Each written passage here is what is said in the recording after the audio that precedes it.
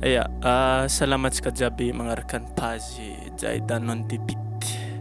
Niany zegny antsika kokoragna resaka logiciel satria marobe resaka mandeha hoe arakaraka logiciel mampahay raha hoe arakaraka logiciel mampatsara son. Nefa le raha zegny tsy de hitako agny problème. Avy aminahy de tsy hitako agny le problème. Fa izy io zegny arakaraka ny fahaizan'olo tsiraikiraiky mifehy le raha tiany ampiasaigny. Ohatra za ake zao mampiasa hoe FL Studio exemple amin'ny instrumental.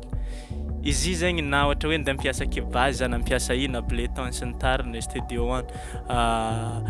Izy koa tsy voafeky raha aby ratsy fô raha bôko. Za zao amin'ny FL Studio zegny afaka mivezivezy efa hoe tanàgna an-tegna tanàgna fa hoe hain-tegna raha mikasiky raha jiaby akao na hoe mipia anao mikitika raha agnatin'ny FL Studio mbola azonao honogno fô eto plasin'ny misy raha zegny hoe karaha zegny izy hoe kôa voafehinao le logiciel tsisy dirany hoe logiciel karaha ty fa misy ôlo mampiasa logiciel karakory fa tsy miboaka tsara raha tao.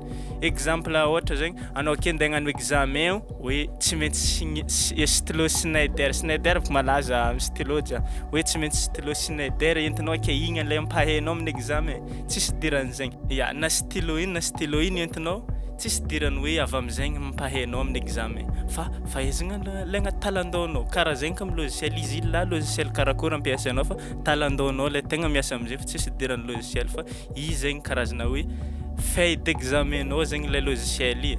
Stylo amin'zegny souris-nao de talandaonao no miasa magnamboatra jeu akao fa tsy diran'ny logiciel.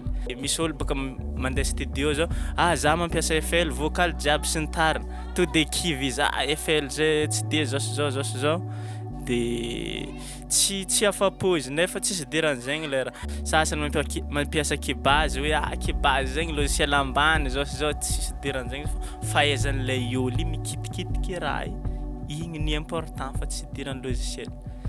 Zegny malôha azo koragnina amin'zegny karaha zegny fa misy sasany zao bôka artiste tonga am'tegna anao mampiasa raha karaha zao de fa kivy izy. Io tsy raha misy diran'zegny.